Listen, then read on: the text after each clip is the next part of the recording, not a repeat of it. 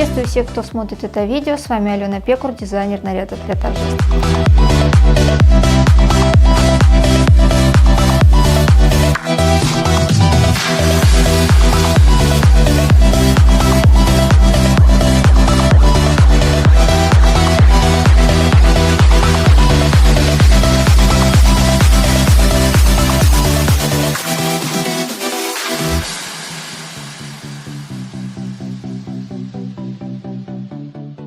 Я строю фату-вуаль на основании ширины 3 метра. То есть я беру кусок шириной 3 метра и длиной, длина верхнего слоя плюс длина нижнего слоя. Складываю пополам. И тут у меня еще раз пополам. То есть 4 слоя у нас всегда сложено. Например, стоит задача сделать 80 плюс 90 сантиметров. То есть это длина верхнего плюс длина нижнего слоя. Получается 170. Теперь 170 мы здесь сложили пополам. Здесь получится высота, так, 85. Вот эту высоту я откладываю отсюда, 85 сантиметров. Такой как бы у меня получится квадрат. Чуть-чуть не угадала. Сейчас сделаю так, чтобы было на квадрат больше похоже. Вот 85 сантиметров. Из этой точки откладываю 85 сантиметров, то есть строю дугу.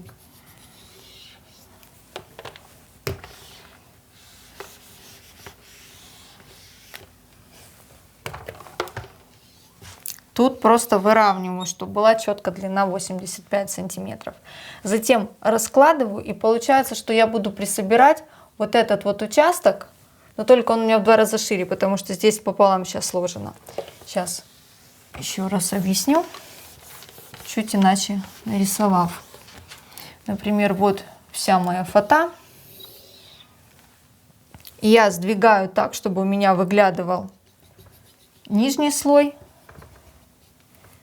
ниже верхнего, именно вот так, чтобы здесь было 80, а тут, чтобы было 90. Откладываю отсюда вот эти 80 сантиметров.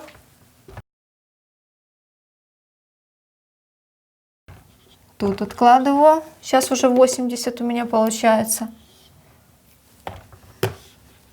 То есть фактически вот здесь остается такой вот лишний кусок материала. Вот этот излишек присобирается в сборке. Вот таким образом. И уже когда все сшито, крепится к гребню. Сшивается каким образом любая фата? Мы присбариваем на машинке так же, как мы присбариваем любые оборки. Точно так же мы присбариваем. После того, как мы уже присобрали хорошенько, бывает сборка не очень хорошая, какая-то такая, не такая густая, она должна быть плотная, одна к другой складке. То есть как можно уже вы делаете, не шире, чем ширина вашего гребня. Если у вас уже, чем ширина вашего гребня, о какой фате бы ни шла речь, то вы должны распределить так, чтобы четко по ширине гребня оказались ваши вот эти все сборочки.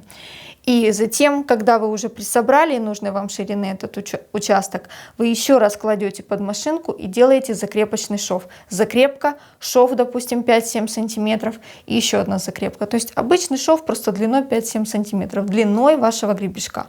И дальше уже пришиваете гребню. Если опять-таки речь идет об эконом-классе, то ни о каком гребне речи не идет. О гребешках тоже хочу сказать несколько слов. Я в роликах своих показывала пластмассовый гребешок. Есть еще металлические гребешки, и металлические, они как будто бы из проволоки свитые. Сейчас хочу объяснить, как выглядит металлический гребешок, идеальный для работы. Значит, здесь идут сквозные отверстия, то есть дырочки, говоря простым языком, вот как в пуговицах, сквозные отверстия, дырочки. И вы пришиваете вот так, через эти дырочки. Захватываете по 2, по 3 раза. Здесь просто большое такое расстояние я взяла. Вот гребешок. И от него уже ваша фата.